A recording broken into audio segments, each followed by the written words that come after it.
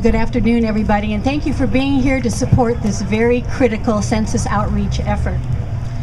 You know, the census gives our nation the opportunity to repaint our portrait, the portrait of America, every 10 years, where we live, how old we are, how many of us there are.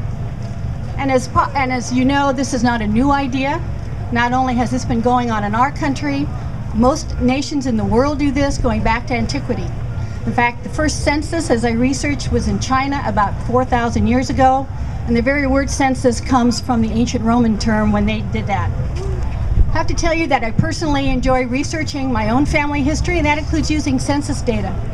And I can't tell you what a thrill it was for me the first time that I saw my great-grandparents and their descendants listed on a 1900 census form for the territory of Hawaii. And also then later my parents in the 1930s census. And when I filled out my own census form a couple of weeks ago, I couldn't help but wonder if 100 years from now one of my descendants would be looking at it and learning about my life in the year 2010.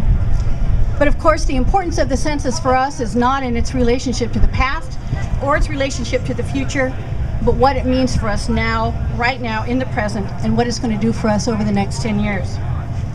And unfortunately, we know what can happen if we're not all counted.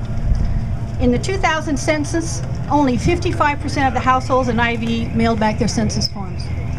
That means that this community has been 45% underfunded for the past decade. And as you just heard from the Congresswoman, we're only at 40% right now. If we don't get them all in, we're going to be 60% underfunded for the next 10 years. And we simply cannot let this happen to IV and to our county. Because we're all going to be hurt by it. Children, teens, students, adults, senior citizens, and particularly hard hit are those that are going to be the most needy and vulnerable in our community. Because we know that if we're all counted, it means thousands of dollars in governmental funding for things that we desperately need. Money for scholarships and for roads. Money for clean air and clean water. Money for food for the hungry, health care for the sick, and housing for the homeless. The list goes on and on. But the bottom line means that being counted equates to more funding and a better life for all of us in this community. And we can't quantify the need if we can't quantify the numbers, and we don't know the numbers if we aren't all counted.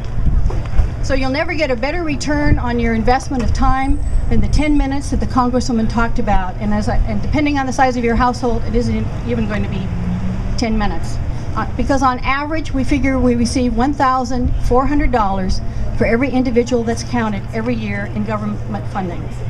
So if you haven't filled it out, please go home, fill it out, mail it in, don't wait any longer, because we want to include everybody's picture in this new portrait of America. Thank you.